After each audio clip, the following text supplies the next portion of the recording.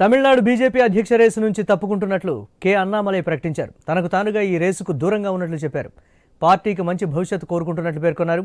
తమిళనాడులో కాషాయ పార్టీకి కొత్త ఊపు తీసుకువచ్చిన నేతల్లో అన్నామలై కీలకంగా వ్యవహరించారు. ఇప్పుడు ఆయన ఈ పదవి నుంచి తప్పుకోబోతున్నారు. ఇటీవల అన్నాడీఎంకే బీజేపీ మధ్య పొత్తు చిగురిస్తున్న కారణంగా ఆయన అధ్యక్ష రేసు నుంచి తప్పుకుంటున్నట్లు తెలుస్తోంది. పొత్తులో చర్చలో భాగంగా బీజేపీ చీఫ్గా అన్నామలై అధ్యక్షుడిగా ఉంటే కష్టమని అన్నాడీఎంకే చెప్పినట్లు సమాచారం. వచ్చే ఏడాది తమిళనాడు అసెంబ్లీ ఎన్నికల వేళ అన్నామలై ప్రకటన సంచలనంగా మారింది. పార్టీకి ఉజ్వల భవిష్యత్తు ఉండాలని తాను కోరుకుంటున్నానని, బీజేపీ ఎల్లప్పుడూ బాగుండాలని కోరుకునే వ్యక్తిని తాను అని అన్నామలై చెప్పారు. తాను ఎలాంటి రాజకీయ ఊహాగానాలకు స్పందించబోవడం లేదని, ఏ రేసులోనూ లేనని స్పష్టం చేశారు.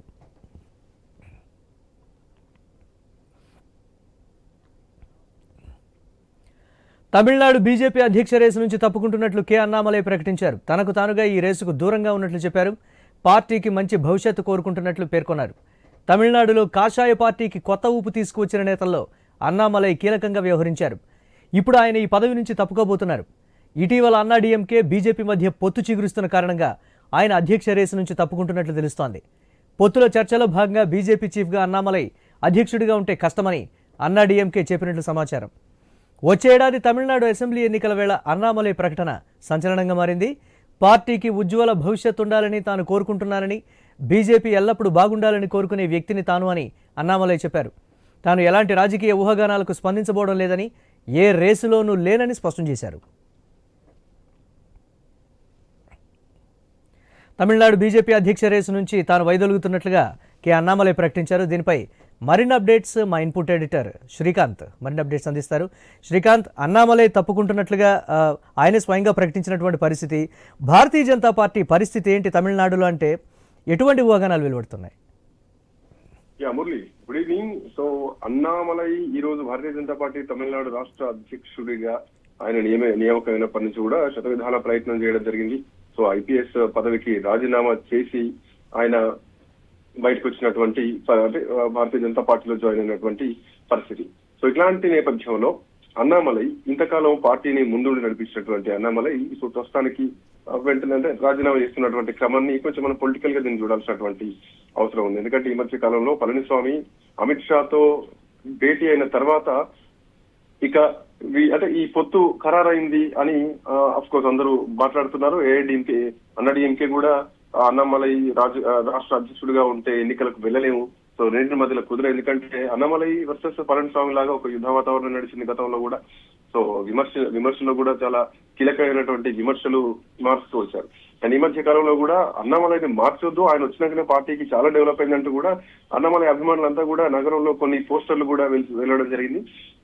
అన్నామలైని మారుస్తున్నారంటూ కూడా ఈ మధ్యలో ఊహాగానాలు ఎక్కువైనాయి. వాటన్నిటికీ ఈ రోజు క్లారిటీ ఇస్తూ ఆయన తను అధ్యక్ష పదవి నుంచి తప్పుకుంటున్నట్లు ఈ రోజు చేసినటువంటి ప్రకటన ఏదైతే ఉందో, సో ఆ ప్రకటన కొంతవరకు అంటే భారతీయ జనతా పార్టీ ఏదైతే తమిళనాడు ప్రాంతం ఉందో, తమిళనాడు రాష్ట్రంలో ఇది కొంత బాధాకరమైనటువంటి విషయం అయినా కానీ, సో ప్రస్తుతానికి ఇటు స్టాలిన్ ని ఎదుర్కొని అధికారంలోకి రావాలంటే గనక ఖచ్చితంగా పళనిస్వామి పొత్తు భారతీయ జనతా పార్టీలో ఉండాల్సినటువంటి అవసరం ఉంది. సో గతంలో కూడా వాళ్ళు పొత్తులో ఉన్నారు, ఆ తర్వాత పొత్తును విభేదించి బయటకు రావడం జరిగింది. ఇప్పుడు మళ్ళీ కూడా పొత్తుకు ముందడుగు వేస్తున్నటువంటి పరిస్థితి. ఇంకోవైపు స్టాలిన్ ఇప్పటికే కాంగ్రెస్ కూటమితో పొత్తులో ఉన్నటువంటి పరిస్థితి. సో రెండు వేరువేరుగా ఉన్నటువంటి క్రమంలో అన్నామలైకి అంటే ఆ సమయంలో ఏదైతే ఉందో ఈ పోస్టర్లకు సంబంధించిన అంశం కూడా అన్నాడీఎంకే కూటమిలో కొనసాగాలి అంటూ కూడా కొన్ని ముద్రించడం కూడా జరిగింది. సో ఇప్పుడు ఈ అంశం కూడా చర్చనీయాంశంగా మారింది. అండ్ మోరోవర్ మన లోక్సభ ఎన్నికల్లో కూడా ఘోరమైనటువంటి పరాభవం తర్వాత ఎన్డీఏ కూటమి నుంచి ఆ అన్నాడీఎంకే బయటకు వచ్చింది. సో ఇప్పుడు మళ్ళీ పొత్తు కోసం వెళ్తున్నారు స్టాలిన్ ఢీకొట్టడానికి. సో ఆ సమయంలో అన్నామలై పైన అన్నాడీఎంకే ప్రధాన కార్యదర్శి మాజీ ముఖ్యమంత్రి ఎడప్పాడి పళనిస్వామి కూడా తీవ్రమైనటువంటి ఆరోపణలు చేయడం జరిగింది. అప్పటి నుంచి ఆ రెండు పార్టీల మధ్య అంటే ఎప్పుడైతే అన్నామలై మీద పళనిస్వామి ఆరోపణలు చేశారో, సో అప్పటి నుంచి కూడా బీజేపీ ఏఐడిఎంకే పళనిస్వామితో కొంత కేంద్ర నాయకత్వం కొంత కలిసిమెలిసిగా ఉన్నటువంటి పరిస్థితి. సో ఈ క్రమంలోనే ఈ మధ్య కాలంలో ఢిల్లీ వెళ్లి కమల్నాథ్ ని కూడా కలిశారు. పార్టీ అంటే అమిత్ షాను కూడా కలవడం జరిగింది. ఆ కలిసినటువంటి క్రమంలో కూడా పార్టీ అధ్యక్ష పదవి నుంచి అన్నామలైని తొలగించాలని కూడా డిమాండ్ చేసినట్టుగా ఒక సమాచారం అయితే తమిళనాడు రాష్ట్ర రాజకీయాల్లో నడుస్తోంది. సో దీనికి బీజేపీ పెద్దలు కూడా సానుకూలంగా స్పందించి అన్నామలైని తప్పించాలన్నటువంటి నిర్ణయానికి వచ్చినట్టు కూడా తెలుస్తోంది. సో ఇది బీజేపీ రాష్ట్ర శ్రేణుల్లో మాత్రం కొంత చర్చనీయాంశంగా మారింది. ఈ ప్రచారం గతంలో కూడా ఈ ప్రచారం పైన బీజేపీ సీనియర్ నేతలంతా కూడా కొంత గుంభంగా ఉన్నారు. సో దాన్ని బట్టి అర్థం చేసుకోవచ్చు. And more over second grade ఎవరైతే యువ నేతలు ఉన్నారో వీళ్ళంతా కూడా అన్నమలైకి ఒక ఫ్యాన్ బేస్ ఉంటుంది. వీళ్ళంతా కూడా అన్నమలైకి చేయగొడుతున్నారు. ఇట్లాంటి నేపథ్యంలోనే అన్నమలైకి అనుకూలంగా పోస్టర్లు ఉన్నాయి. అటు పళనిస్వామి మాత్రం ఆయన తప్పించాలన్నటువంటి డిమాండ్ పెట్టారు. ఆయన తప్పిస్తేనే పొత్తుకు ముందు వస్తాం అంటూ కూడా చెప్పడం జరిగింది. సో భారతీయ జనతా పార్టీ ఇప్పుడు కూటమిలో ఉండాల్సినటువంటి పరిస్థితి. తమిళనాడును కూడా కైవసం చేసుకోవాలని చూస్తున్నారు. నెక్స్ట్ వచ్చే సంవత్సరం తమిళనాడు ఎన్నికలు కూడా జరగబోతున్నాయి. సో ఇట్లాంటి నేపథ్యంలో అన్నమలైని తప్పిస్తేనే ఈ పొత్తు కుదురుతుంది అన్నది అక్కడ ప్రధానమైనటువంటి డిమాండ్ గా చేసినట్టు మాత్రం తెలుస్తోంది. మురళి, భారతీయ జనతా పార్టీకి అంతో ఇంతో ఓటు బ్యాంకు పెరగడానికి కూడా అన్నామలయే కారణం అనేటువంటి పరిస్థితులు కూడా ఉన్నటువంటి సిచ్యువేషన్. ఇప్పుడు నేనే స్వయంగా తప్పుకుంటున్నాను అని ఆయన ప్రకటన నేపథ్యంలో భారతీయ జనతా పార్టీ పరిస్థితి ఏంటి అంటే ఏం చెప్తారు? అంటే ఇక్కడ రాజకీయ పార్టీ ఏదైనా రాజకీయం చేస్తుంది. మన తెలంగాణలో కూడా ఎగ్జాంపుల్ చూడొచ్చు. బండి సంజయ్ ఒక ఉధృతంగా భారతీయ జనతా పార్టీని గ్రౌండ్ నుంచి లేపడం జరిగింది. పార్టీని గ్రామ స్థాయిలో కూడా బలపరచడం జరిగింది. గ్రామంలో కూడా పాదయాత్ర చేస్తూ అందరినీ ఉత్తేజపరచడం జరిగింది. సో అట్లాంటి పరిస్థితుల్లో తెలంగాణ రాష్ట్రంలో రాజకీయమే చూసింది భారతీయ జనతా పార్టీ. అక్కడ బండి సంజయ్ని తప్పించేసి మళ్ళీ కిషన్ రెడ్డికి అధ్యక్ష పదవి ఇవ్వడం జరిగింది. సో ఇట్లా రాజకీయ పార్టీలు రాజకీయ చేస్తారనడంలో ఎట్లాంటి ఆలోచన ఏం లేదు, ఎట్లాంటి సందేహం లేదు.